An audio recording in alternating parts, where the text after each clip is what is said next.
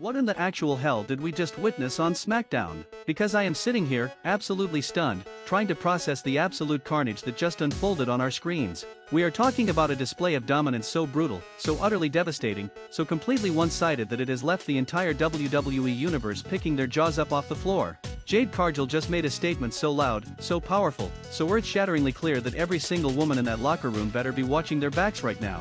This wasn't just a victory. This wasn't just another win to add to her record. This was a statement. This was a message. This was Jade Cargill declaring to the entire women's division that she is not here to play games, she is not here to make friends, and she is damn sure not here to show mercy to anyone who dares to step into her path. B-Fab found that out the hard way. Michin witnessed it firsthand. And now the entire wrestling world is buzzing with one question that nobody can stop asking. What the hell is coming next? Let me take you back to the beginning of this absolute chaos. SmackDown was already electric. The crowd was hot. The energy in the arena was palpable. And then the music hit. That music that sends a shiver down your spine and makes you sit up a little straighter in your seat.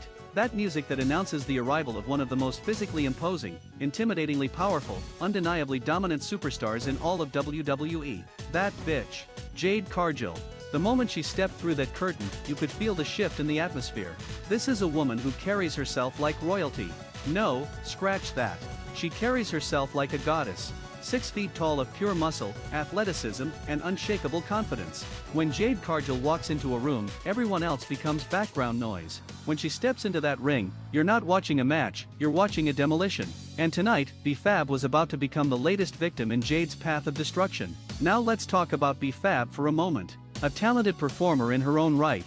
Someone who has worked incredibly hard to earn her spot in WWE. Someone who deserves respect for stepping into that ring night after night and giving it everything she's got. B-Fab came into this match with heart, with determination, with the belief that maybe, just maybe, she could pull off the upset. That hope lasted about 30 seconds.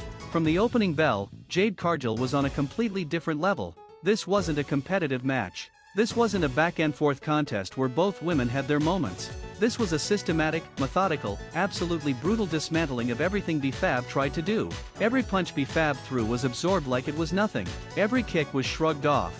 Every attempt at offense was shut down with the kind of ease that makes you question whether they're even in the same weight class. Jade wasn't just beating B-Fab. She was toying with her. She was sending a message with every single move. The power moves started coming. Those devastating slams that make the entire ring shake. Those throws that send a person flying across the canvas like they weigh absolutely nothing. Jade was flexing, both literally and figuratively, showing everyone watching exactly what happens when you step into the ring with someone who is simply built different. And the crowd? The crowd was losing their minds. Half of them were in absolute awe at the display of athleticism and power.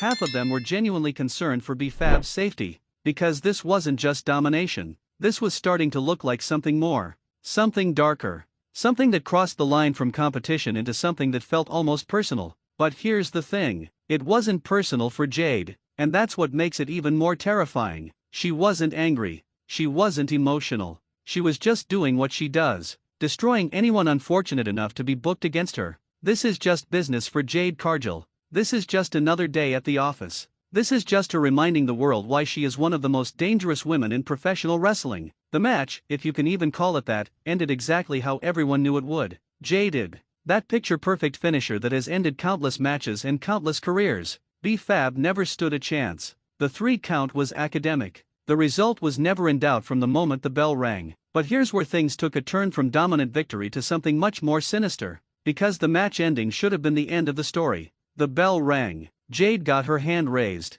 Justice was served, dominance was established, and everyone should have moved on to the next segment. Jade Cargill had other plans. As B-Fab lay on the canvas, barely moving after the punishment she had just absorbed, Jade should have walked away. She should have celebrated her victory and headed to the back. But instead, she stood there, looming over her defeated opponent, staring down at B-Fab with this look that can only be described as absolutely chilling. The referee tried to move Jade along. Tried to get her to leave the ring and let the medical staff check on B-Fab. But Jade wasn't having it. She wasn't done. Not even close. And that's when Michin made the biggest mistake of her life. Michin, who had been watching from ringside, who had witnessed the complete destruction of B-Fab, who should have known better than to get involved, decided to slide into the ring. Maybe she was trying to check on her friend. Maybe she was trying to stand up to Jade. Maybe she just couldn't stand by and watch anymore. Whatever her reasons, the moment Michin stepped between those ropes, her fate was sealed. Do you think Michin made the right call trying to intervene, or should she have stayed out of it? Drop your thoughts in the comments right now. The crowd erupted as Michin confronted Jade. For just a split second, there was hope. Hope that maybe Michin could talk some sense into Jade. Hope that maybe this situation could be defused before it got worse. Hope that maybe, just maybe, Jade would back down and leave. That hope evaporated the moment Jade's eyes locked onto Michin. That predatory stare. That look that says without words exactly what's about to happen. Michin had just painted a target on her own back, and Jade Cargill was more than happy to take aim. What happened next was nothing short of shocking. Jade didn't just attack Michin. She humiliated her. In front of thousands in the arena and millions watching around the world, Jade Cargill made an absolute mockery of Michin in a way that was hard to watch. The physicality was brutal. Jade tossed Michin around like she was a training dummy. Every move was stiff. Every impact was devastating. But what made it even worse was the disrespect. Jade was laughing. She was talking trash. She was making sure everyone knew that Michin was no threat whatsoever. That Michin had made a terrible mistake thinking she could stand up to someone like Jade Cargill. Security tried to intervene. Officials rushed to the ring. But by the time they got there, the damage was done. Both B-Fab and Michin were laid out in the middle of the ring, victims of Jade's wrath. And Jade? She stood tall above them both, arms raised, flexing those muscles, soaking in a mixture of cheers and boos from a crowd that didn't know whether to be impressed or horrified. This was more than just post-match heat. This was more than just adding insult to injury. This was Jade Cargill drawing a line in the sand and daring anyone in the women's division to cross it. The aftermath was absolute chaos. Medical staff attended to both B-Fab and Michin. Commentary was scrambling to make sense of what they had just witnessed. Social media exploded with reactions ranging from shock to outrage to grudging admiration for Jade's uncompromising dominance. But beneath all the chaos, beneath all the shock value, beneath all the controversy, there was a very clear message being sent. Jade Cargill is done being patient. She's done waiting for her moment. She's done playing by the rules.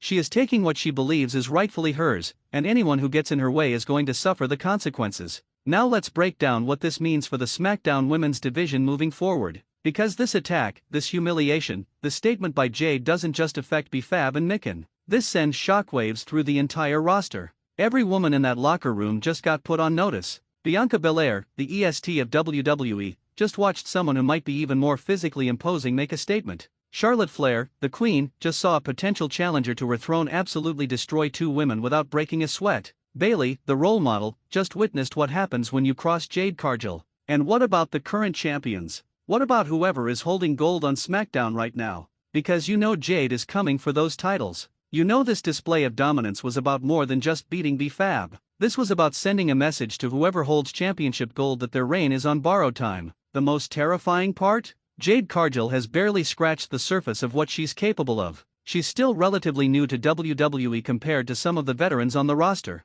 She's still learning. She's still evolving. She's still getting better. And if this is what she looks like now, imagine what she'll be capable of 6 months from now, a year from now, 2 years from now. The potential is absolutely limitless. And that should terrify everyone. But let's also address the elephant in the room. Was what Jade did justified? Was the post-match attack on Michin taking things too far? Where is the line between making a statement and crossing into something unacceptable? These are the questions WWE fans are debating right now. Some people are arguing that Jade went too far. That attacking someone who wasn't even in the match is heel behavior that should have consequences. That humiliating Michin in front of the world was unnecessary and cruel. Others are arguing that this is exactly what WWE needs. A dominant force who doesn't apologize for being better than everyone else. Someone who takes what they want without asking permission. A woman who refuses to be held back by politeness or playing by the rules. Both perspectives have merit. And that's what makes this so compelling.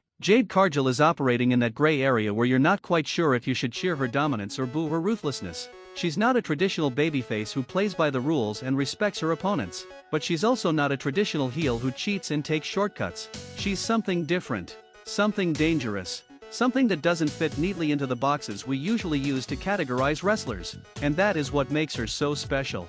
Who do you want to see step up and challenge Jade next? Bianca? Charlotte? Someone else entirely? Let me know in the comments. Let's talk about the physicality of what we witnessed tonight. Because Jade Cargill isn't just strong, she's not just athletic. She represents something that is still relatively rare in women's wrestling. A woman who is genuinely physically imposing in a way that changes how matches are structured and how stories are told. When Jade lifts someone up for a suplex, there's no struggling, no selling the weight. She just lifts like the person weighs nothing. When she hits a clothesline, people don't just fall down, they get turned completely inside out. When she slams someone, the entire ring shakes and everyone in the arena feels the impact. This level of physical dominance creates different dynamics. It allows for different types of stories to be told. It gives WWE something unique in their women's division that they haven't always had. A genuine powerhouse who can credibly be booked as an unstoppable force. Look at what Brock Lesnar did for the men's division over the years. That aura of invincibility. That sense that when Brock showed up, someone was going to get hurt. That credibility as a legitimate badass who could destroy anyone in his path. Jade has the potential to be that for the women's division. Not a copy of Brock, but her own version of an unstoppable force. Someone whose mere presence changes the entire landscape. Someone who makes championship pictures more interesting simply by existing. Tonight was a major step toward establishing that aura. Tonight was Jade showing that she's not just talk, that she's not just impressive physique and social media presence, that she can back up every bit of the hype with in-ring destruction. But here's what I'm most excited about moving forward. The matchups. The dream matches that this opens up. Because if Jade is being positioned as this unstoppable monster, that means WWE has to build credible challengers who can potentially stop her. Imagine Jade Cargill versus Bianca Belair in a battle of pure athleticism and power. Two of the strongest women in WWE history going head-to-head in a match where power moves and feats of strength take center stage. That's a WrestleMania main event waiting to happen. Imagine Jade Cargill versus Rhea Ripley when Rhea returns from injury.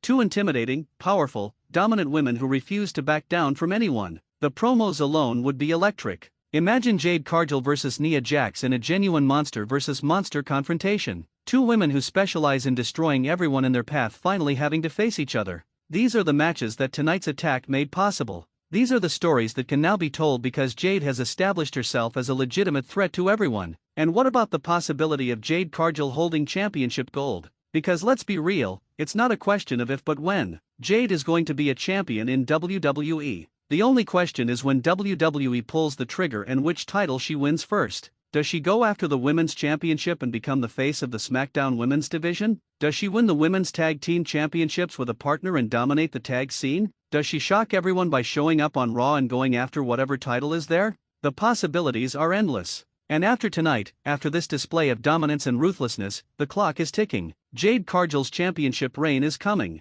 And when it does, the women's division will never be the same. Let's also talk about the storytelling implications of what happened tonight. Because in wrestling, nothing happens in a vacuum. Every attack leads to a response. Every humiliation demands revenge. Every statement requires an answer. B-Fab is going to want revenge. She just got embarrassed on national television in a match where she had no chance. That's not something you just forget about. That's the kind of thing that eats at you, that motivates you, that makes you desperate for a chance to even the score. Michin is definitely going to want revenge. She wasn't even in the match and got attacked anyway. She got humiliated for trying to do the right thing, for trying